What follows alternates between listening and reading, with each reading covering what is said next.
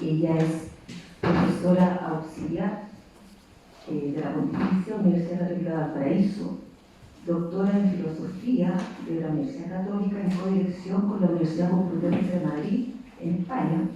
Es magíster en Filosofía de la Universidad Católica, licenciada en Filosofía también de la misma casa de estudio, periodista y licenciada en Comunicación Social por la Pontificia Universidad Católica de Chile, ex becaria CONICYT, Consejo Nacional para el Incentivo de la Ciencia y la Tecnología. Su experiencia laboral gira en torno a varias trayectorias académicas juntas de la carrera de Filosofía del 2009 al 2012 y del 2015, académica junta de la carrera de Derecho de la Universidad Andrés Bello. Dicta los cursos de Historia del Pensamiento Filosófico, Historia del Pensamiento Jurídico e Introducción al Derecho. Académica de la Escuela de Artes Liberales de la Universidad Adolfo Ibáñez desde 2013 hasta el 2015. Es docente de la Escuela Culinaria Francesa desde 2013 al 2015. Es directora de investigación de la Fundación COSIN en el año 2015. Es coordinadora y docente del curso de extensión Comer y Pensar, una aproximación filosófica al fenómeno gastronómico de la Facultad de Filosofía de la Universidad Católica del año 2014. Es coordinador y docente del programa Lecciones de Filosofía Francesa en CAI, Centro de Análisis e Investigación Política. Desde el segundo semestre de 2014 es docente invitada del programa diplomado CAI Conceptos del Partido Político, Teoría de la Emancipación, en el primer semestre del 2014. Es evaluadora externa de la revista ALPA, Journal of Langage and Culture, y revista de Filosofía de la Universidad Austral de Santander, Colombia. Es colaboradora honorífica de la Facultad de Filosofía de la Universidad Complutense de Madrid y en España desde octubre del 2011 a marzo del 2012. Te damos la bienvenida, Valeria, muchas gracias por... Gracias, Lorena. Oye, yo me acordaba de mi currículum hasta el 2014. Bueno, gracias por esa presentación, gracias a la Sociedad de Estudios Hegelianos, Iberoamericana de Estudios Hegelianos, por invitarme. La verdad que para mí es una sorpresa, pero además una grata sorpresa porque esto me da a entender que hay una intención de apertura respecto al pensamiento de Hegel, de apertura a nuevas recepciones, dado que yo no soy una scholar hegeliana, yo estudio más bien la recepción francesa de Hegel a mediados del siglo XX, especialmente la que hace Jacques Derrida. Entonces me parece realmente especial que haya querido contar con mi presentación, que yo pueda mostrarles mi investigación en torno a esto, sin ser, como les decía, una gran especialista en Hegel. Así que realmente esto me parece muy importante además para el pensamiento moderno, para la filosofía contemporánea. Y bueno, si no me hubiesen invitado igual hubiese postulado, así que igual me tendría metido en algún lugar. Así que gracias en todo caso por eso. Bueno, gracias a todos ustedes por estar aquí tan temprano, por madrugar. Ya, parto inmediatamente para no retrasarme entonces. La pregunta que instalo como punto de partida, porque el título tenía este título con una pregunta, ¿no? Analogía en Hegel, esa era más o menos la formulación. Entonces, esta pregunta que instalo como punto de partida hay que circunscribirla al uso y lugar específico que ha tenido la analogía como método de especulación filosófica a lo largo del pensamiento occidental. Pues la analogía, o incluso el conocimiento analógico, como lo llama Kant, no refiere al simple uso retórico-poético de metáforas en la tradición filosófica, sino a la posibilidad crucial de formalizar cuestiones metafísicas por vías que no son las del sentido propio, es decir, que no se siguen del paradigma aristotélico escolástico de la forma como principio cognoscitivo del ente, ¿no? La morfé o el eidos. La analogía como método de especulación que permite descubrir el sentido de una cosa por semejanza con otra, en principio sin relación semántica con la primera, es explícitamente nuclear para la filosofía occidental, al menos desde la escolástica medieval, articulada en torno a la teoría de la participación, aunque sin duda ella también está presente como método desde el pensamiento aristotélico, en el que la especulación analógica es fundamental para ajustar los puntos centrales de sus escritos biológicos, cuestiones fundamentales en torno a su física, pero incluso es decisiva, aunque no exenta de polémicas, como sabemos, para resolver el nudo epistémico ontológico crucial de su metafísica, que es la cuestión del homonimia pros gen, en referencia al problema del polacos legatai del ser en Metafísica 4. Bueno, he llegado al problema de la analogía filosófica, que yo considero es un método especulativo de la filosofía a través de Derrida. Específicamente, de Jacques Derrida, pensador contemporáneo, ¿no es cierto?, del siglo XX, específicamente a partir de las lecturas que hace de la modernidad filosófica, nuclearmente de la filosofía trascendental kantiana y del idealismo especulativo hegeliano desde fines de los 60 hasta entrados los 80. En ambos casos, Derrida está concernido con los textos de la filosofía alemana en varios niveles. En primer lugar, se trata de mostrar cómo lo que él llama logocentrismo, que es la lógica que da al pensamiento y a la palabra hablada y a la escritura que le sigue, que es la escritura fonética o alfabética, el privilegio en toda constitución de sentido. Este logocentrismo, dice Derrida, regula no solamente los textos antiguos, sino también los textos modernos y especialmente los alemanes. No me voy a meter no voy a entrar, digamos, en la problematización que hace Derrida específicamente de la cuestión alemana como tal, ¿no? Pero es un punto importante en este sentido. En segundo lugar, la deconstrucción del logocentrismo debe señalar diversos nudos o lugares de tensión al interior de los textos de la tradición, en los que se puede ver cómo la filosofía no puede simplemente subsumir su condición exterior, maquínica, técnica, digamos, caída de posibilidad, que Derrida resume en un concepto técnico de su filosofía, que es la archiescritura. En tercer lugar, esta mostración de la tensión, y esta es mi apuesta, Derrida, en esta mostración de la tensión interna de los textos, digamos, Derrida toma el método analógico de la filosofía como uno de los topos centrales en los que se anuda y desanuda el logocentrismo. Es decir, el uso explícito e implícito de la analogía como lógica especulativa de toda la filosofía occidental no solo confirma el logocentrismo de la tradición, sino que también contiene su propio principio de ruina interna. Para Derrida, como decíamos, Hegel es un pensador que aún está cogido en la tradición logocéntrica de la filosofía, a pesar de su crítica tanto a la filosofía trascendental como al realismo clásico. Es decir, a pesar de que la dialéctica especulativa parece justamente ser un nuevo método de especulación ya libre de la clásica subordinación y sujeción del ser al pensamiento, del objeto al sujeto y viceversa. Y con ello, ya libre de los rudimentos metafísicos, si se me permite utilizar un concepto temprano de Walter Benjamin, si se me permite usar ese concepto. A pesar, Hegel es un pensador logocéntrico a pesar de su renovación de la filosofía, no lleva, sin embargo, a Derrida por el derrotero de las críticas más clásicas del hegelianismo configuradas en Francia entre los 50 y los 70, a saber, la crítica a un cierto totalitarismo hegeliano, dada por la clausura absoluta del sistema del espíritu. Más bien, Derrida pretende mostrar, a partir de varios encadenamientos sucesivos, que el sistema hegeliano es justamente el que permanece más abierto y con ello más maleable y flexible, más apto para incorporar la novedad que todos sus contemporáneos. Entonces, mi hipótesis de lectura es la siguiente: que la lectura derridiana de Hegel muestra que la analogía es la gran lógica solapada de toda su filosofía. La lógica analógica opera articulando todo el sistema, sin ser, sin embargo, explícitamente expuesta. Su función sería la de un genuino trascendental especulativo, más precisamente un transcategorial, en el sentido escolástico medieval de la palabra, anclado en el proceso de simbolización o figuración, aun cuando el símbolo y la figura, que son distintos, lo sabemos, son momentos de naturalización y exteriorización del espíritu, que deben ser relevados en pos de la significación y la idealización, y la conceptualización, ¿no?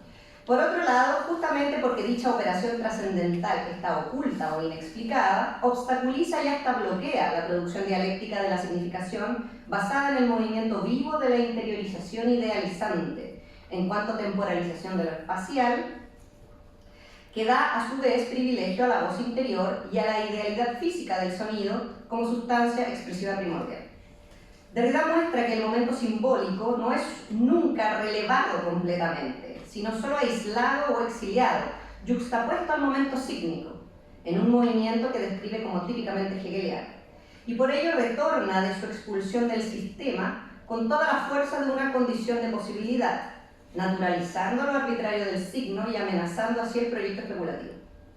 Aún así, la lectura derridiana nos muestra también que la figuración analógica y el simbolismo, formas, digamos, de la cuestión mimética, ¿no? De la significación mimética, constituyen la posibilidad de una relación entre lo efectivo, concreto y lo discursivo general, inaudita tanto en la filosofía de Hegel como en la tradición, que impide fijar un punto de partida para la especulación, abriendo así nuevas oportunidades para el sistema.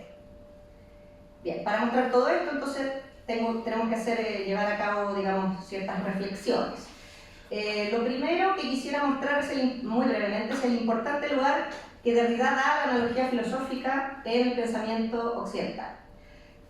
Todo comenzaría con un pequeño y poco estudiado texto de Derrida que fue publicado en el 72, que se llama El suplemento de Copula, el suplemento de Copioli, basado a su vez en un seminario dictado en Francia y en Estados Unidos en el semestre del 69-70, llamado Théorie du discours philosophique, la métaphore dans le texte philosophique, teoría del discurso filosófico, la metáfora en el texto filosófico.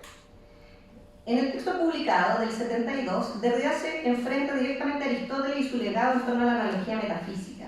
Allí Derrida afirma que las categorías de Aristóteles son figuras, schemata, según las cuales se dice el ser necesariamente de muchas maneras, según muchos giros y muchos tropos. Lo cito: la metafísica es el sistema de giros del ente, y la problemática de la analogía, de la equivocidad del ente, está en el centro de la metafísica y Aristóteles.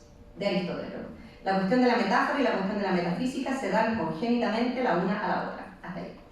Si bien Derrida trabaja en el seminario nombrado el tema de la metáfora en el discurso filosófico, reconoce que la cuestión de la analogía merece un tratamiento especial, pues ella se despliega en la tradición filosófica en múltiples usos que confluyen para enfrentar un clásico problema epistémico especulativo, que además ha sido retomado en la filosofía contemporánea actual con los nuevos realismos. El siguiente: la dificultad, tanto para un realismo dogmático como para un idealismo crítico, de fundamentar la posibilidad de acceso cognoscitivo al ser o a lo real, sin que este conocimiento implique una total dependencia epistemológica de la realidad respecto del sujeto que la piensa, y con ello tampoco una parcial dependencia ontológica respecto del modo de existencia del sujeto. Es por esta razón que, a pesar de que Derrida apostará por establecer un cierto comercio semántico entre la noción de analogía filosófica o metafísica y la de metáfora, es también consciente de que un tratamiento exhaustivo de la primera no puede sin más reducirla al campo históricamente determinado de lo poético o retórico propio de la metáfora, ¿no? Como decíamos también, Kant es el gran pensador moderno de la analogía. Yo creo que de Kant sí se puede decir que su sistema está regulado analógicamente. Y por tanto, el siguiente paso en la cadena es el siguiente paso que nos llevará hasta Hegel, ¿no? El conocimiento analógico es tratado por Kant en todos sus textos críticos. En general, la analogía genera un tipo de conocimiento que permite el acceso a lo que no puede darse directamente en el campo de la experiencia, como es el caso de las ideas de la razón. Ella opera por asimilación de un término a otro, pero manteniendo un índice de alteridad. Los analogados son en parte iguales, en parte distintos. Que se diga que Dios es como un artista no es un fácil antropomorfismo metafórico, sino el único mecanismo posible que nos permite explorar el sentido de la idea de Dios, no tanto en su estructura como en sus operaciones, que son las que realmente importan en una filosofía trascendental. La analogía, entonces, para Kant es una metodología específica que permite captar mediante una suerte de rodeo o de sustitución categorial de una cierta hipotiposis o esquema aquello que en su sistema es genuinamente transcategorial, es decir, el real en sentido rotundo. Y aquí sigo a Torretti, ¿no? En cuanto numérico, real en cuanto numérico.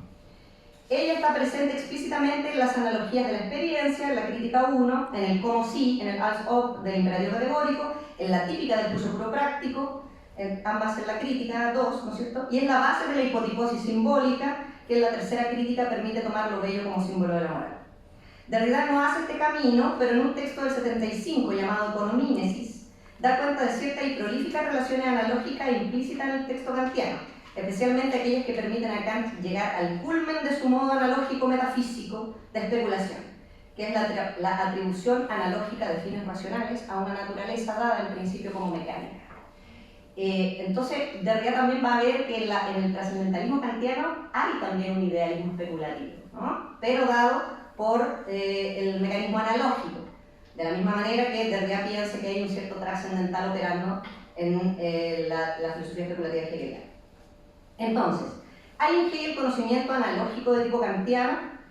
Bueno, si bien las analogías concretas y las metáforas en el texto hegeliano son múltiples, y tanto la noción de símbolo, ¿no?, como la de figura, Gestalt, son resaltadas por Hegel, en especial respecto al proyecto fenomenológico, la respuesta más directa es no, no hay conocimiento analógico en el sistema hegeliano, en principio porque no hay separación de planos metafísicos que requieran de correlación analógica, ¿no?, sujeto-objeto, idealidad-realidad, fenómeno-número. Pues como señalábamos respecto de Kant, la analogía como operación relacional de comparación y atribución de propiedades solo da lugar a formas que funcionan como principios cognoscitivos impropiamente, es decir, la analogía nos deja siempre con una forma solo sustituta o vicaria, es decir, con aquello que en la tradición tiene muchos nombres, como los que he señalado, figura, schemata en griego, Gestalt en alemán, y no a formas, y la analogía entonces no da lugar a formas en el sentido clásico de la Morfeo Electos. Estrictamente hablando, solo la forma en estos últimos sentidos, como sabemos, permite un conocimiento objetivo de los entes, tal como ellos son en sí mismos, mientras que la figura es una forma derivada, suplementaria, que funciona epistemológicamente sí, solo si la forma falla o falta. Y la forma falla o falta siempre, solo si se sostiene aquella brecha que el sistema hegeliano pretende salvar, la brecha que divide ontológicamente al sujeto del objeto en general. No habría para Hegel entonces necesidad de conocimiento analógico, porque no es necesario conocer nada que sea en principio imposible de conocer, dada su radical heterogeneidad respecto del sistema de conocimiento. Si todo lo real es racional y todo lo racional es real, la analogía pierde su función especulativa y cae en el campo del mero uso estético o pedagógico.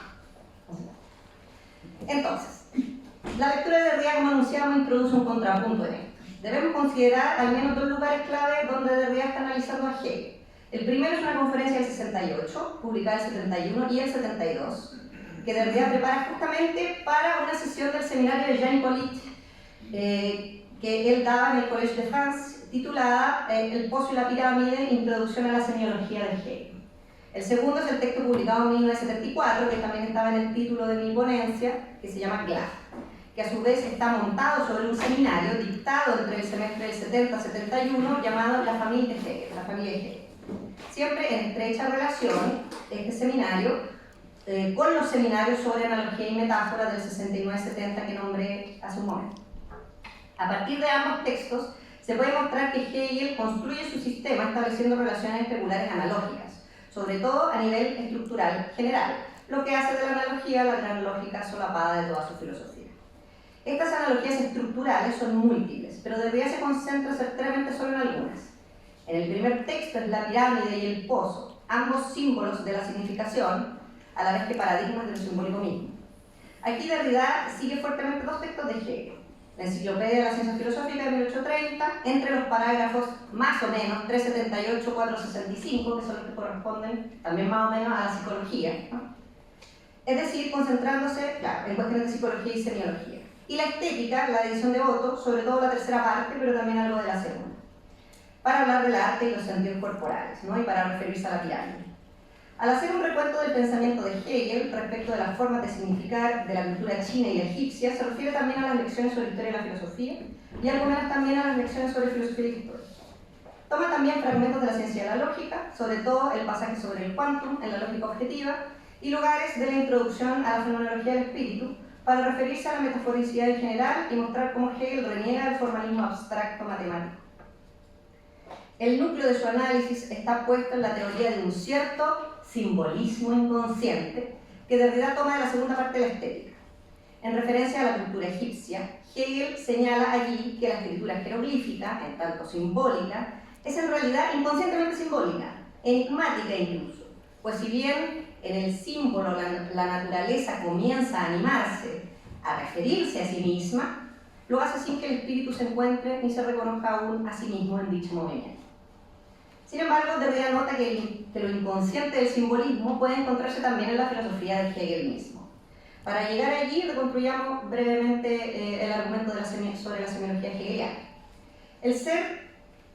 Al ser parte de la psicología, la semiología, hace del signo una entidad cuya sustancia es fólica, que se constituye por un movimiento de interiorización idealizante de lo exterior, que es también movimiento de temporalización, proceso que lleva a cabo la imaginación y el entendimiento. Al producirse como voz, el signo y la significación reproducen el movimiento vivo de la dialéctica especulativa, es decir, el movimiento de reapropiación o de vuelta así constante del espíritu, en lugar de sucumbir a lo muerto, exterior, espacial, tanto de lo simbólico como del formalismo matemático. Ambas maneras de significación primitiva, la primera más propia de la cultura egipcia, la segunda propia de la cultura china, ¿no?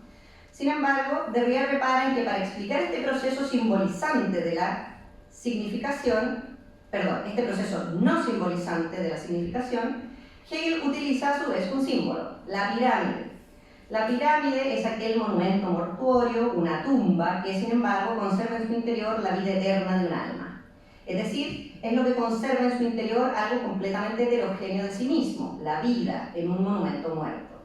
El signo es como la pirámide, ¿no? El signo tiene una estructura análoga a la pirámide. Siendo un cuerpo, algo material, un significante, guarda dentro de sí la vida intencional del espíritu, la vedoitum como significado. La pirámide y el pozo también, ¿no es cierto?, como reservorio inconsciente de donde la imaginación saca la materia para la fantasía, es el símbolo de la significación, es decir, lo que permite explicar su lógica, por la paradójica consecuencia de que esta explicación no es a su vez del orden de lo sígnico, sino de lo simbólico, dado por una operación analógica implícita o, por qué no, inconsciente de Hegel mismo. Pues si bien el signo no es aún el lugar de la verdad, es el lugar del concepto, sino solo un camino hacia ella, tiene la propiedad de ser arbitrario, es decir, de no guardar una relación de semblanza natural con lo significado, lo que, como sabemos, favorece la libertad del espíritu respecto de su exteriorización en la naturaleza. Pero entonces, ¿por qué Hegel debe explicar lo sígnico, lugar del arbitrio y lo arbitrario, más alto especulativamente que lo simbólico, simbólicamente? ¿Cuáles son las consecuencias de hacerlo para su filosofía y específicamente para su tesis sobre la arbitrariedad como índice de la libertad del arbitrio? Bueno, demos un paso decisivo hacia el texto Glass de 1974. Glass, digámoslo primero, es una onomatopeya de la lengua francesa, que mediante la imitación o repetición del sonido de las campanas mortuorias, y bueno, recuerdo que analogía en griego significa literalmente repetición del logos de algo. Bueno, mediante la repetición del sonido de las campanas mortuorias, nombra tanto el duelo como todo lo relacionado con las pompas fúnebres. Eso significa que recordemos brevemente también que las onomatopeyas son excluidas del sistema de la lengua por Ferdinand de Saussure en su clásico curso de lingüística general, justamente por su carácter de signos motivados, es decir, no arbitrarios ni métricos. Guardemos esta idea y volvamos al texto. Se trata de un escrito que aborda de modo extensivo la filosofía de Hegel con el foco puesto en dicho simbolismo inconsciente, aunque sin nombrarlo como tal, que opera como lógica de la especulación. Este escrito está hecho a dos columnas, una dedicada a Hegel y la otra, extrañamente, al dramaturgo Jean Genet. Sabemos que esta decisión está marcada por el seminario que le sirve de base a la columna de Hegel, que es la familia de Hegel, pues la cuestión de la familia es el centro que vincula también con la obra de Genet, cuyo tópico iterativo es siempre justamente lo que tensiona la semántica familiar: la bastardía, la orfandad, el abandono, el privilegio del nombre de pila por sobre el apellido, el privilegio del prénom por sobre el nombre de familia, y la abyección a lo que todo esto da lugar, ese Genet. Entonces está en contrapunto con Hegel. Ahora, es un texto muy extraño, no sé si ustedes lo han conocido, lo han visto, pero bueno, de muy difícil entrada. En Glass, el recorrido de Derrida por la obra de Hegel, decíamos, es mucho más extensivo que en el primer texto que cité. Podríamos decir que se abarca casi la totalidad de la obra publicada de Hegel y algunas obras inéditas en ese momento. Especialmente importantes son los escritos tempranos sobre el cristianismo, de 1795-1798, la filosofía de la naturaleza y del espíritu de Jena, en sus versiones de 1802, 1803, 1804, y la filosofía real, 1805-1806, la fenomenología del espíritu, en 1807, y la filosofía del derecho, del 22. Sin embargo, la referencia a la enciclopedia, a la ciencia de la lógica y a las lecciones sobre historia de la filosofía y a las de filosofía de la historia son también muy prolíficas.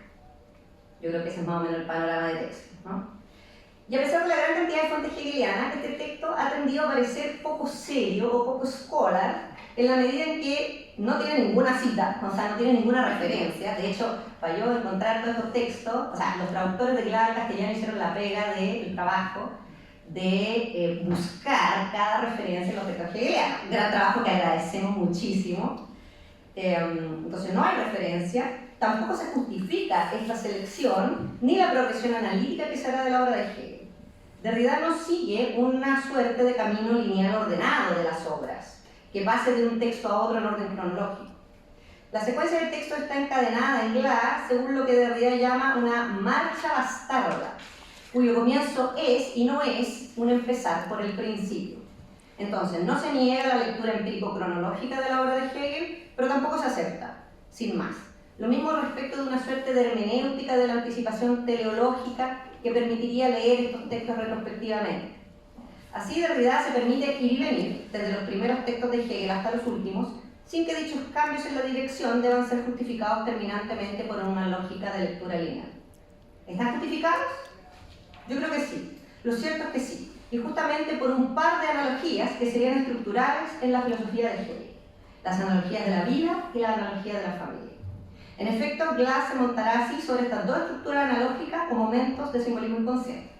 Derrida entonces caracteriza al sistema hegeliano como un libro de la vida, en el que la articulación específica de dicha vida está dada por una lógica de filiación y de filiación específicamente patriarcal. Que la analogía de la vida estructure toda la sistematicidad de la filosofía hegeliana esta idea está tomada en gran medida del valor que da Hegel al movimiento vivo del espíritu, que para conservarse infinito toma la forma circular infinita de la reapropiación. Los antecedentes de esta interpretación son dos. Derrida lee a Hegel en este punto siguiendo el análisis deconstructivo que ha hecho a fines de los 60, durante los 60, del presente vivo como modalidad propia del principio de los principios de la fenomenología husserliana.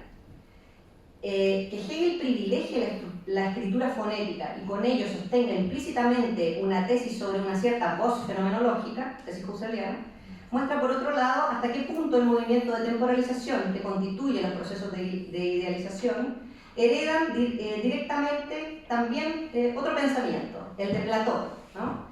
Específicamente la idea de que el pensamiento es el diálogo consigo mismo, de tetrosofista, y la idea de que el logos es un zoon, un ser vivo. Eso es Feder. Gracias a esta filosofía de la vida, como continuo movimiento de reapropiación o de repliegue del espíritu sobre sí mismo, es que la negatividad como momento de relevo puede también leerse en términos de muerte, como lo hacen enfáticamente Goyer y tras él Bataille. Para apuntalar la relación analógica con la vida, Derrida recurre en un momento clave de GLAD a la ciencia de la lógica, sección de la lógica subjetiva, la idea, donde Hegel inscribe la vida como un silogismo y como un momento del silogismo. La primera determinación de la idea es la vida, la segunda el conocimiento y el querer, la tercera la idea absoluta en la que el espíritu se reconoce en su verdad absoluta, infinita, en y para sí. Pero además de la vida natural e inmediata, la vida es también determinada como vida con mayúscula, vida de la idea absoluta, como verdadera vida, la vida absoluta sin muerte. La producción de la idea se da entonces como producción de la vida y la vida como producción de la idea, en un círculo de reapropiación. La idea absoluta en cuanto concepto racional se desarrolla justamente como la vida, mediante un retorno así que implica el relevo, una supresión y conservación de su inmediatez natural en el siguiente momento en el que se eleva a la vida espiritual.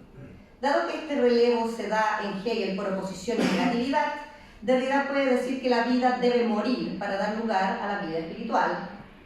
Entre ellas está la muerte, ¿no? Estas indicaciones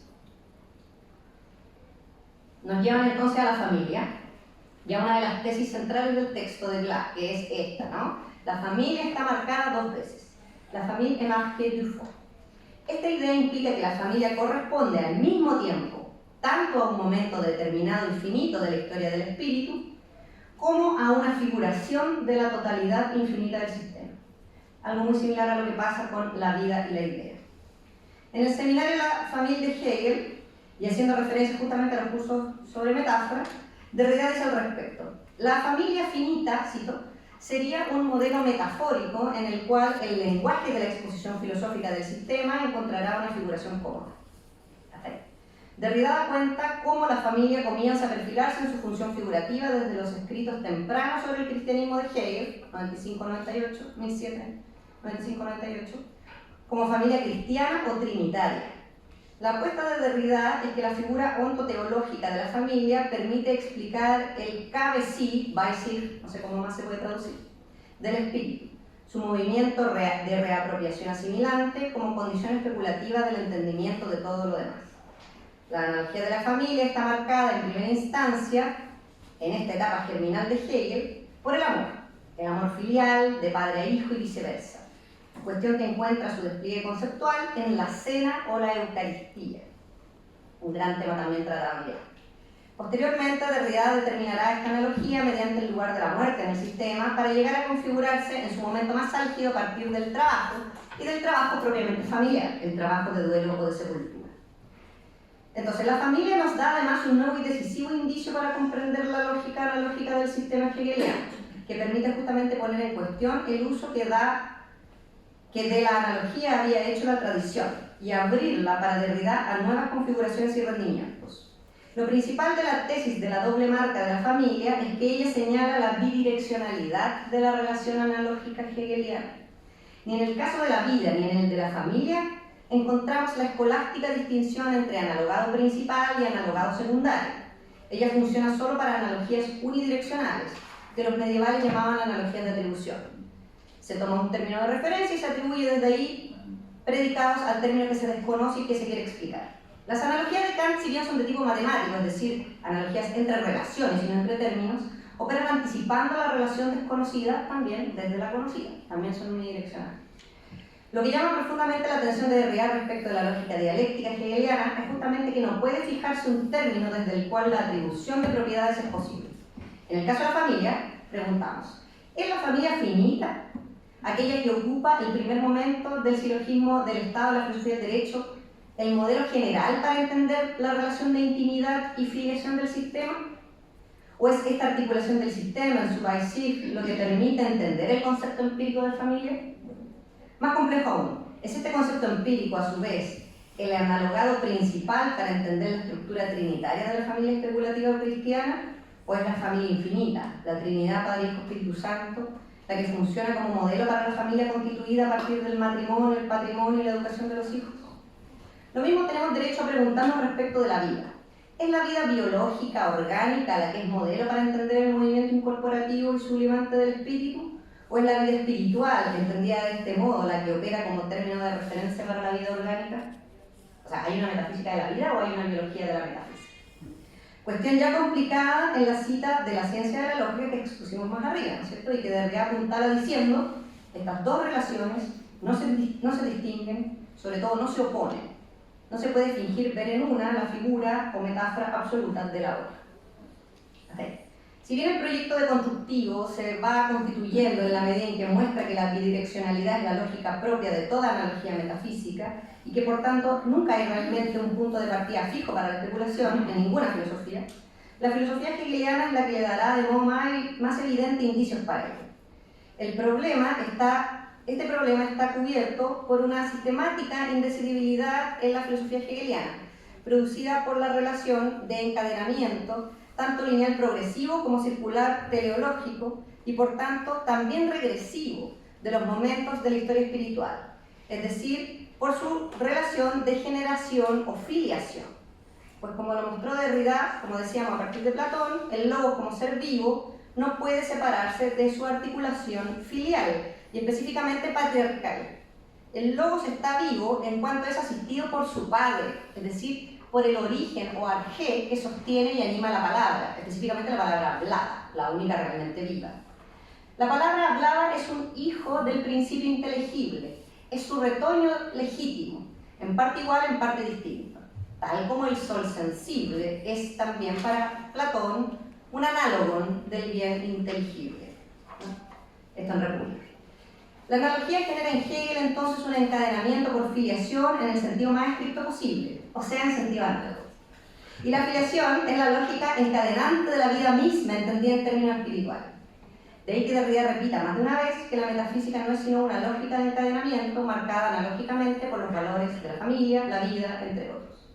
La familia en Hegel es así un significante o una figura suplementaria de la vida, en su indecidibilidad interna de vida biológica espiritual, al tiempo que también la vida lo es de la familia.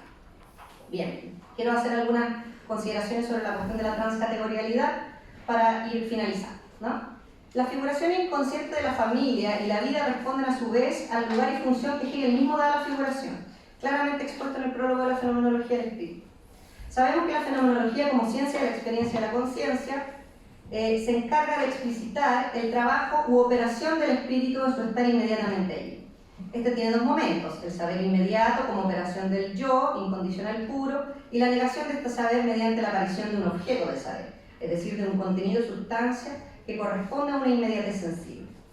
Esta contraposición, que no es sino un desdoblamiento o diferenciación de sí, da lugar a figuras, gestalten, de la conciencia, que se producen a partir de sí como lo dado de modo inmediato, el ser. Estas figuras son expresamente definidas por Hegel como protoconceptos o como gérmenes, esa palabra la puse yo, gérmenes del concepto que lo anticipan, y que una vez formado el concepto, quedan retenidas como huellas en su interior. Esta especie de huella es lo que de derecho permite hacer fenomenología, es decir, iniciar un camino regresivo de análisis destructivo de esas formas que se han vuelto familiares, de Kant, la palabra que usa Hegel, y que permite remontarse al momento originario del desdoblamiento o autodiferenciación de la conciencia como existencia inmediata del espíritu. De ahí que se diga que el conocimiento del sistema, como dice Derrida, puede empezar por cualquier parte, pues cada momento retiene las semillas, los gérmenes, los genes incluso, de todos los momentos anteriores, incluso de los momentos preconceptuales y fluidos, que son las figuras de la conciencia. La dialéctica de las figuras en la fenomenología es interesante justamente porque le otorga cierto derecho al método regresivo dentro del sistema hegeliano, a pesar de que, como sabemos en la enciclopedia, Hegel ponga en cuestión las pretensiones de validez de la regresión kantiana, ¿no? Sin embargo, no es sino por esta forma de regresión inaudita que tiene lugar en la fenomenología del espíritu que un pensador contemporáneo de Derrida, y muy importante para leer a Hegel, para Derrida, es Bataille, ¿no? Esto hace que Bataille pueda legítimamente preguntarse en relación con la lectura de su maestro Goyev ¿por qué hay que aceptar que el momento del reconocimiento es el más originario en la formación de la autoconciencia? Esta es una pregunta de Bataille, ¿no? ¿Por qué? ¿Por qué el momento del reconocimiento es el más originario? Para Bataille habría que pensar que la conformación de la conciencia como autoconciencia, antes de la lucha por el reconocimiento, que en la conformación de la conciencia como autoconciencia, antes de la lucha por el reconocimiento, hubo trabajo, dialéctica con lo otro que yo, con la naturaleza, lo que lo lleva a su original tesis sobre el primitivo hombre de las Hobbes. Bueno, no puedo entrar en estas cosas de Bataille, pero son muy interesantes, ¿no? Porque esta tesis está en tensión, como señalábamos, con el Hegel de Goyev, para quien el trabajo es siempre posterior al reconocimiento, pues supone la dominación del amo sobre la figura del esclavo. Más importante para preguntar si esto puede ser como lo piensa Bataille o no, lo interesante es interrogar cómo puede pensarlo. Bataille está muy atento a que, si Hegel puede emprender la tarea que emprende, debe suponer que cada momento del espíritu que él describe está conservado, aunque de alguna manera también suprimido, en la historia misma de la conciencia. La obra negativa de la muerte produce exactamente esto, categorías temporales que se van sedimentando, si se me permite otra terminología husserliana, o más precisamente sepultando, es decir, que pese a que han sido destruidas violentamente por la operación de la negatividad, quedan como las ruinas o restos, las tumbas también, sobre las que se alzan los siguientes momentos. Estas ruinas o restos son, en el orden progresivo, objetos de prohibición, piensa Bataille, pues la formación del concepto trabaja siempre contra la negatividad de la muerte y la fluidez de la figura. Es de esta consideración que surge para Bataille la idea de que la Aufhebung hegeliana no es sino el operador de un camino progresivo que puede entenderse en términos no solo de transfiguración o de transformación, sino más radicalmente de transgresión. Cada estadio anterior se levanta sin suprimirse, le verbe sans supprimer, o se sobrepasa manteniéndose, Así es como Bataille describe la transgresión en su texto El erotismo de 1957 y lo refiere directamente a la objeción hegeliana. Derrida es muy sensible a esta recepción batailleana, la que trabaja en estos términos en un texto publicado en el 67, que se llama De la economía restringida a la economía en general, un hegelianismo sin reserva. En este texto, entonces, Derrida se las ve, ¿no es cierto?, con la objeción batailleana, ¿no? Leyendo Bataille, Derrida rescatará dos cosas. Uno, la idea de que la dialéctica hegeliana no puede escapar de la posibilidad de la regresión, que retrotrae todo el sistema de la lógica del concepto hacia la estructura fundamental de la figura. Y dos, que tanto esta regresión como la progresión que le corresponde en sentido inverso se produce por una operación de transgresión en sentido batailleano, que levanta sin suprimir el estado anterior, operación que puede describirse como trabajo. Y aquí Derrida no sigue solo a Bataille, sino también al Hegel de Jena, y que está en directa relación con la dinámica de la objeción. Para Derrida, esta transgresión, que es el trabajo de la objeción, nunca escapa realmente a la operación de figuración, y esta se constituye específicamente como operación analógica, en un sentido que es a la vez muy clásico como también de gran innovación. Pues como lo señala Derrida respecto de la analogía de la vida, la metáfora entre ambas vidas no es sino ese movimiento de la negatividad relevadora. La objeción, entonces, es el operador analógico específico que permite estas relaciones especulares que mantienen unificado el sistema, que podríamos describir como una función genuinamente transcategorial, es decir, que trasciende a los momentos categoriales de la dialéctica y los condiciona. Esto está en relación con lo que en la temprana tesis de habilitación sobre el pensamiento de la génesis en Husserl, Derrida rescata de Hegel, la posibilidad de una dialéctica que trasciende la relación entre términos contradictorios ya formalizados, forma-materia, exterior-interior, etc., ¿no? Es decir, una dialéctica que constituye los términos mismos que dialectiza, sin presuponerlos de antemano como ya constituidos. Una dialéctica genética, o como dice en su texto, una dialéctica ontológica, donde ontología debe entenderse ya también solo por analogía, dice. Después él va a abandonar esta idea de dialéctica ontológica en todo caso, por ser problemático. El transcategorial hegeliano, entonces, condiciona y produce los términos acaso más primitivos de la dialéctica misma, y lo hace, a diferencia del trascendental kantiano, mediante un movimiento genuinamente historizante, es decir, que introduce la historia en su propio sistema categorial. Bueno, por último, habría que destacar que esta transgresión o transfiguración analógica que produce la objeción, al levantar sin suprimir, relevar o sublimar, hace que cada momento incorpore y asimile al anterior en su interior, lo que emparenta, esta vez mediante una analogía estructural que configura el mismo Derrida, a la dialéctica con una dialectofagia, es decir, con una suerte de canibalismo especulativo, y al sistema con un gran estómago o sistema metabólico. Nada es indigerible en el gran metabolismo de Hegel, dice Derrida en una entrevista del 90. Es en esta incorporación de tipo alimentario, es decir, de tipo asimilativo, donde el gusto se alza ahora como sentido primordial de la idealización por sobre el oído, que era el sentido al que Hegel había dado privilegio, ¿no? Si bien el gusto era descartado en la estética como sentido idealizante, pues su relación con el objeto que se interioriza es de consumación que disuelve la objetividad en la interioridad, sin poder tampoco poner freno al deseo, que es en Hegel no poder poner freno al deseo, la muerte de la teoría. Entonces, si bien el gusto era descartado en la estética, Derrida muestra cómo la idealización hegeliana no puede dar lugar a una total objetividad de lo que asimila, y con ello tampoco a una total desnaturalización de la naturalidad del ser fuera de sí del espíritu. Aquí cobra relevancia entonces el famoso análisis de Derrida sobre Antígona, de Hegel. La hermana, expulsada del sistema familiar por no ser la mujer que ama ni engendra, es decir, por no dejarse asimilar completamente en su rol femenino, es también paradójicamente la única mujer apta para el trabajo de duelo o sepultura, es decir, para el trabajo acabado de idealización, como mostrábamos respecto a la figura de la pirámide. Ella, en cuanto mujer idealizada, no se deja realmente objetivar, por lo que su idealización queda incompleta o frustrada. Es asimilada, pero también es rechazada, es el vómito del sistema, dice Derrida. Este rechazo y expulsión muestran con mayor claridad que ella no es objeto de idealidad, sino la figura de la operación misma de idealización, que desde la exterioridad de la expulsión condiciona la muerte de la familia y el paso al siguiente estadio del espíritu. Antígona es así también un operador transcategorial, o como dice Derrida en el texto, cuasi trascendental de este paso específico. Es la figuración del operador de la figuración. La figura del objeto, pues, si la figura es originaria en Hegel, nada, ni siquiera lo transfigurativo, puede advenir al análisis más que analógicamente.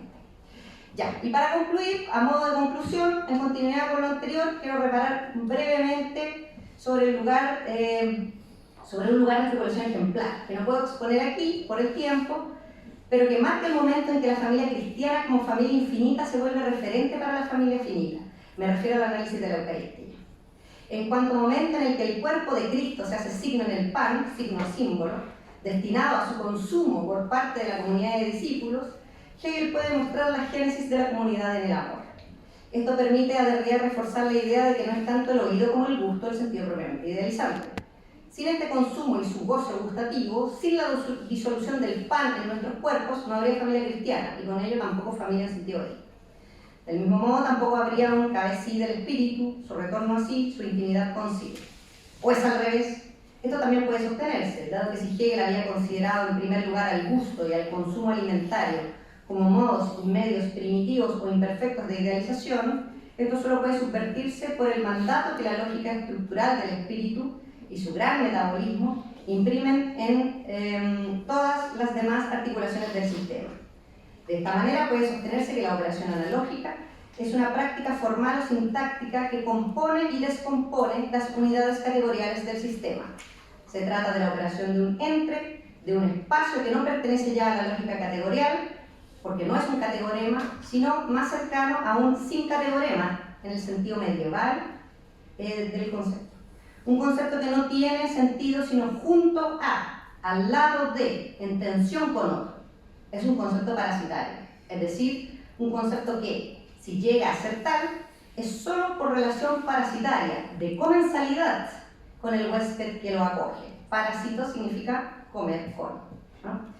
Bueno, los efectos de esta lógica de la filosofía hegeliana son múltiples, pero quisiera también retomar para terminar la pregunta que dejamos esbozada sobre la cuestión de la arbitrariedad del signo y cómo ella se ve amenazada.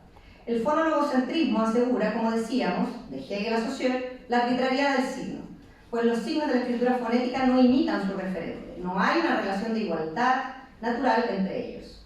Ellos solo imitan la voz, los sonidos articulados por la voz. La desmotivación o arbitrariedad del signo es respecto de su referente, mas no respecto de la voz que sustenta su significado, su sentido, su alma. Hay entonces una relación mimética con la voz, otra forma de analogía que se mantiene sin ser tematizada ni problematizada y que como tal impide la total arbitrariedad del signo.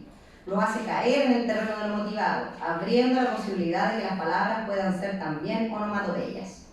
¿Hasta qué punto la onomatopeya es la estructura fundamental del logocentrismo? Es lo que se juega en estas reflexiones. Pero si es así, los signos pensados hegeliana y susserianamente no son en su base más que onomatopeyas. Hay que sostener entonces también que su simbolismo resta siempre inconsciente. No hemos reparado en esta palabra suficientemente, pero el siguiente paso en estos análisis del texto derridiano, que vincula a la filosofía moderna, en particular el hegelianismo y su trascendental analógico, tienen que ahora vincularse entonces con el psicoanálisis de puño freudiano, especialmente con el desarrollado en Hungría desde el principio del siglo XX, ¿no? La operación analógica es entonces un sin categorema inconsciente, no es nada categorial, pues pertenece al orden de la operación transcategorial y no del acto como categoría. Pero solo puede nombrarse categorialmente, es decir, solo puede nombrarse gracias a que se le aplique su misma operación, es decir, que se analogue con un categorema. La analogía como operación no adviene entonces, como decían los teólogos medievales, más que analógicamente. Y por eso es que tiende a borrarse y a pasar desapercibida o inconsciente en los textos filosóficos. Gracias.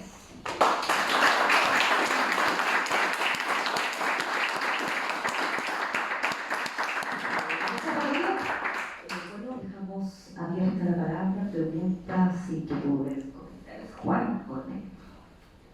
Disculpa haber llegado tarde, por lo tanto hay cosas que no perdí, pero me pareció súper interesante la exposición en la parte que alcancé a escuchar. Bueno, lo primero que tengo que decir es que, como dice el propio Hegel, el lenguaje es lo más verdadero, por lo tanto lo que no se puede decir no es verdadero. Pero bromas aparte, me pareció súper interesante la relevación de la idea de analogía. Es cierto que eso está en contra del proyecto social, por las razones que tú pusiste, pero veo muy difícil que podamos hacer filosofía de cualquier tipo sin la herramienta de la analogía, o sin la metáfora, o sin la metonímia, ¿no? Simplemente porque lo que queremos decir filosóficamente acerca de la vida, del gusto, de la muerte, de nuestra vida social, en cierto sentido siempre se nos escapa por el carácter temporal de aquello que queremos capturar en términos intemporales. Así que yo encuentro que es una cuestión súper valiosa y hace que, creo yo, uno tenga que revalorar la lectura que Derrida hace de Hegel antes que decir, no, pero este no es una escuela. Porque, no se entiende nada, claro. Claro, porque eso no sirve, ¿no? O sea, decir este no es una escuela y lo que dice no se entiende nada, no nos permite avanzar. ¿Sí? Y yo creo que es súper interesante. Mi pregunta tiene que ver con la analogía que hiciste entre yo voy a hacer la analogía, tú me hiciste la analogía, ¿sí? La definición que hiciste entre empírico y ideal, ¿no? Cuando hablaste de la familia empírica, ¿no? Y la familia metafísica o ideal, o también de la vida biológica, presuntamente empírica también, ¿no? Y la vida de la idea o la idea absoluta, ¿sí? Porque mi problema tiene que ver con esto, que es un problema en Hegel, o un problema para Hegel, ¿no? Es cierto que hay que distinguir entre lo empírico y lo ideal, por razones obvias. Pero presentar esa distinción como una distinción, por así decirlo, independiente de todo concepto, es algo que sería profundamente extraño al modo como Hegel entiende la relación precisamente entre los conceptos. Y por eso no me parece particularmente iluminadora, no porque yo esté con ello criticando ni tu lectura de Derrida, ni la Derrida a este respecto, sino más bien por el hecho de que creo quizá sería más genuino, eventualmente más productivo, hacer la contraposición entre materia y forma, o entre contenido y forma, que entre empírico e ideal, ¿sí? ¿Por qué sería más productivo entre materia y forma? Porque no hay materia informe. ¿Cómo? Porque no hay materia informe. ¿Sí? Y por lo mismo, una forma sin materia, en este sentido, es algo de lo que no podemos decir nada, ¿no? Y hay ese ilemorfismo que creo yo caracteriza la articulación lógica de Hegel. Entonces, resumiendo, me interesaría que pudieras comentar más sobre esta distinción entre empírico e ideal y que consideraras la relación materia-forma o contenido. ¿Juntamos preguntas? Porque sí. Muchas gracias también por tu exposición. Realmente creo que abre un espacio sumamente interesante para repensar contemporáneamente a Hegel. Y en ese sentido es donde va un poco mi apreciación y mi pregunta. Se trata de una marcha bastarda, en todo caso, ¿no?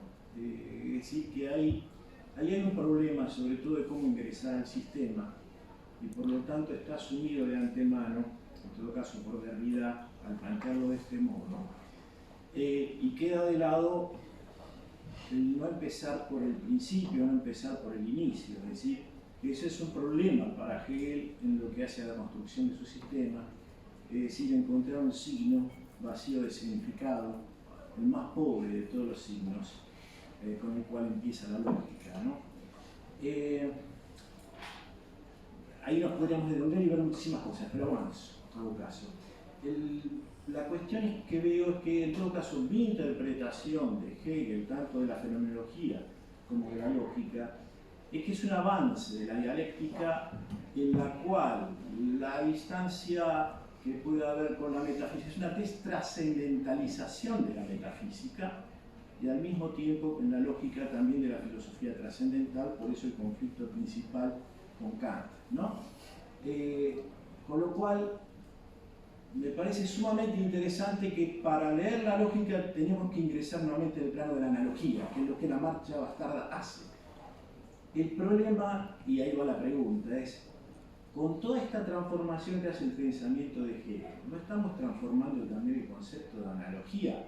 Sí, claro. Quiero decir, porque si no, parecía que la cosa se vuelve hacia atrás y no comprenderíamos esto que dice Hegel, incluso de la última imagen que planteaste, que es decir, bueno, con el pan y con el vino se nos disuelve el absoluto entre los lados. Es decir, que la metafísica analógica está refigurada en un sentido de destrascendentalización.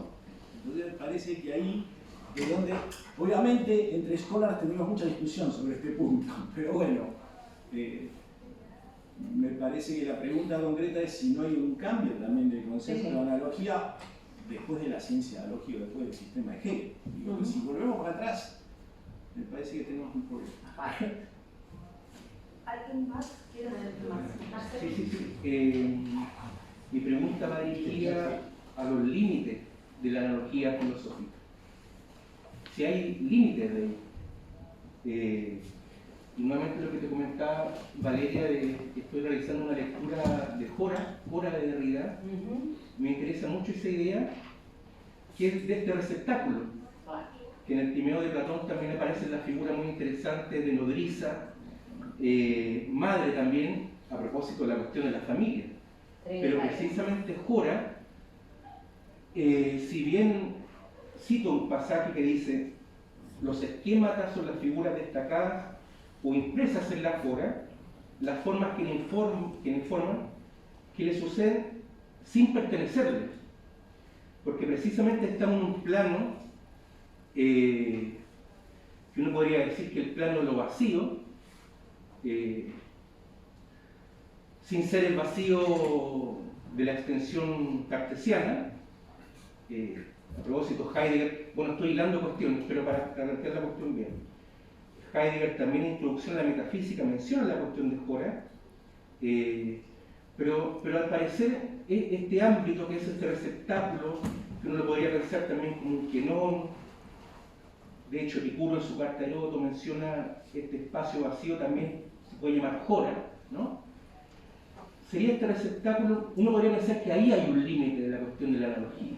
Eso es como la pregunta, que sería ese límite que no es, porque es como un tercer género, ¿no? Lo planteamos, ni sensible ni inteligible. Por lo tanto, si toda esta cuestión de la analogía se está jugando, aunque no hay un punto fijo donde no sé si donde se fije la cuestión, ¿no? No hay ni inteligible, no hay ni forma ni materia, entonces todas estas categorías, polaridades, ¿no? Podríamos decir que la alegoría precisamente no la detiene ninguna de los dos, ¿no? Pero si habría algo así como un límite, y esta cuestión de este receptáculo o esta espacialidad, ¿no? Podría ser pensada como ese límite de la analogía. Esa es la pregunta. ¿Hay alguien más? Sí. Creo que si podría, muchas gracias por la interesante exposición. Quisiera saber por qué o en qué medida la analogía es necesariamente contraria al logocentrismo. Porque al logocentrismo, o sea, digamos, Hegel es logocéntrico y lo es convicto y confieso, ¿no? O sea, para él la lógica es metafísica, es ontología, lo es todo. Y la analogía es, desde mi punto de vista, la lógica, o sea, como también lo escribe Hegel, son relaciones causales, ¿no? Entonces, en esta ecuación entre lo que se hace, ¿no?, en la analogía con otro fenómeno, digamos, lo que se pretende describir son solamente las relaciones causales, que son igual en el otro ente que en el fenómeno que quiere explicar.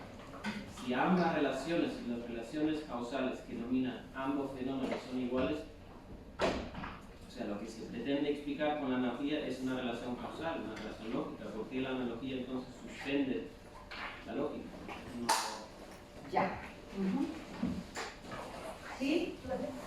Solo para agregar ¿Ya? un agravante. Ajá, dele. A mí me parece que el quicio estaría en buscar lo que tú llamaste muy bien, una suerte de comercio entre lo que podríamos poner por un lado el logos y algo así como jugando análogos, ¿no?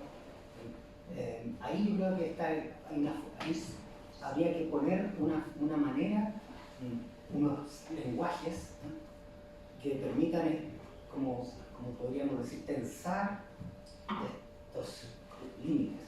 Claro, sí, Y eso implicaría por un lado analogizar a Hegel, por decirlo fácil, ¿no?, y a la vez también como buscar algo así como un poder conceptual e idético en la realidad. Eso implicaría ir más allá de esta limitación de origen entre método y estrategia de lectura, ¿no? Yo creo que el punto sería así, lo pondría así. En Hegel, uno podría encontrar eso en lo que tú llamaste el libro de la vida, que en Hegel sería también como una especie de lenguajes de la totalidad. ¿Dónde está eso? En el espíritu absoluto. Hegel dice, arte, religión y filosofía expresan con distintas facultades un contenido. Y ahí hay un poder, si se quiere, analógico, ¿no?, porque se expresa con la representación, o con el concepto, o con la intuición, un contenido. Entonces, me parece que eso es lo que yo creo que habría como que pensar, o dar a leer, o al menos, por decirlo así, es lo que me ha dado a leer tu lectura. Bueno, Gracias. Ya, muchas gracias por la Sí. palabra. Voy a hacerlo brevemente. Ya, Ormeño. Bueno, partí diciendo que la analogía metafísica no es, o sea, tiene una larga tradición en la filosofía y no es exactamente lo mismo que la metáfora si entendemos que la metáfora es un recurso poético retórico nada más, ¿no?, circunscrita a ese campo disciplinar. La analogía es un modo de especulación realista de la filosofía.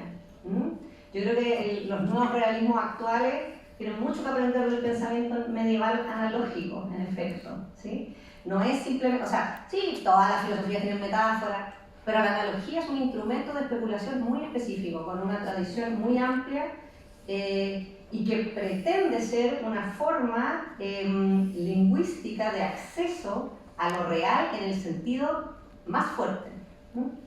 Entonces, eso al respecto de aquello. Respecto de lo empírico, sí, yo creo que quizás la mejor palabra era concreto, más que empírico, en el caso de Hegel.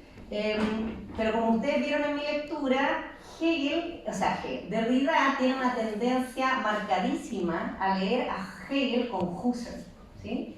A leer a Hegel desde Husserl incluso, y a leer a Husserl hegelianamente. Esto es muy interesante, me parece, dar otro paper, pero creo que tiene esa tendencia y en alguna medida también se contaminan los conceptos, ¿no? Porque en Husserl sí se puede hablar, por supuesto, del empírico ideal. Pero yo creo que esto es un error mío más que de Derrida. Creo que en realidad el concepto más específico es concreto, no la familia concreta, la familia finita, dice Derrida. La familia finita versus la familia infinita. O el concepto finito y el concepto infinito. Eso dice. Respecto de lo que preguntaba el profesor aquí, la marcha bastarda, claro, o sea, la tesis de Derrida es que, bueno, hay conocimiento analógico a lo largo de toda la filosofía occidental, a pesar de que hayan proyectos que lo nieguen específicamente como el hegeliano, pero como el proyecto hegeliano niega el conocimiento analógico o la analogía como instrumento de especulación en ese específico sentido, pero al mismo tiempo no puede liberarse de su uso, entonces lo que se produce es una modificación completa del concepto de analogía, con mucho rendimiento, con muchísimo rendimiento. O sea, yo diría que toda la filosofía derridiana está basada sobre ese rendimiento que le da la modificación del concepto de analogía que introduce la filosofía hegeliana. Desde mi punto de vista, esa modificación tiene que ver con lo que yo llamé la bidireccionalidad de la atribución, que impide justamente fijar un punto de partida absoluto para las relaciones analógicas, ¿sí? Sí. Esto podría ser un problema, como, no hay punto de partida, qué horror, pero en realidad es una oportunidad porque puedo partir de cualquier parte, ¿no? Esto sería lo interesante. Y sobre la destrascendentalización, claro, Claro, la analogía destrascendentalizaría en un sentido kantiano, idealista, pero yo la estoy proponiendo leer desde el transcategorial medieval. Creo que nos falta mucha filosofía medieval, a todos, y esto es muy importante, no abandonarlo.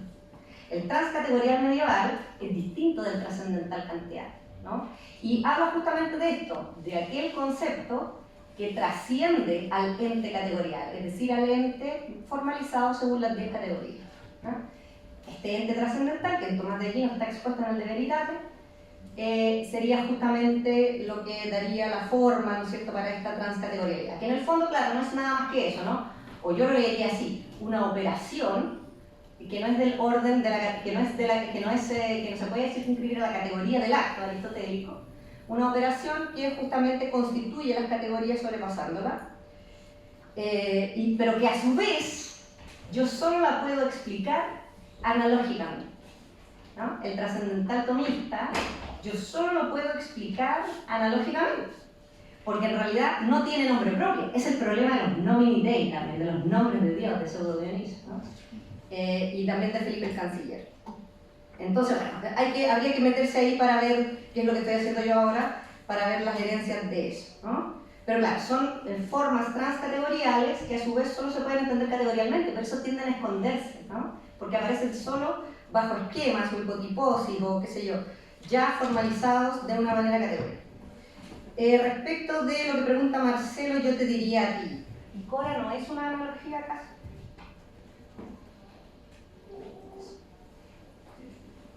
O sea, yo creo que no hay que leer Cora como el significante flotante o el cuadro vacío de la clave. O sea, eso lo vamos a discutir, pero no es eso. Entonces yo creo que habría que leerlo así, ¿no? Como este entre que justamente permite las relaciones de oposición o de contraposición o qué sé yo, las relaciones diferenciales en general, pero que solo vienen analógicamente. Y se llama Cora en ese texto, pero se llama fármaco en otro texto, pero se llama himen en otro texto, pero se llama familia en otro texto, ¿sí? ¿Entendés? Pero es la condición de posibilidad. Es una condición de posibilidad, pero una condición de posibilidad no trascendental, sino transcategorial, que adviene analógicamente. Tú no la puedes explicar si no es por una metáfora a su vez. Claro, no tiene otra forma de existencia que no sea metafórica. Claro. Pero ahí hay un límite. O sea, en el sentido de que esa condición de posibilidad, aun cuando se tenga que explicar analógicamente, es la que posibilita que se explique analógicamente a sí mismo, algo así. Claro, algo así. Hay que rastrearlas con mucho cuidado. Son momentos trascendentales o cuasi trascendentales, sin duda. Porque ahí aparece también Dios, precisamente lo mencionaste recién, y la posibilidad pasito al lado de plantear la nada ahí. Yo creo que esto es necesario para no caer en una filosofía inmanentista que sostenga un cierto realismo sin reducción, o sea, un cierto realismo ingenuo. O sea, diría que la salida del realismo dogmático es una suerte de filosofía trascendental de tipo transcategorial analógica. No hay de otra. He dicho. Y ya, pues nada más, pues sí. Bueno, lo que dice Pedro lo voy a considerar. No sé si lo entiendo muy bien, pero después conversamos para poder entenderlo bien, porque sé que ahí hay algo bueno. ¿Ya? Entonces, eso veo por el momento. Así que gracias. Muchas gracias a todos.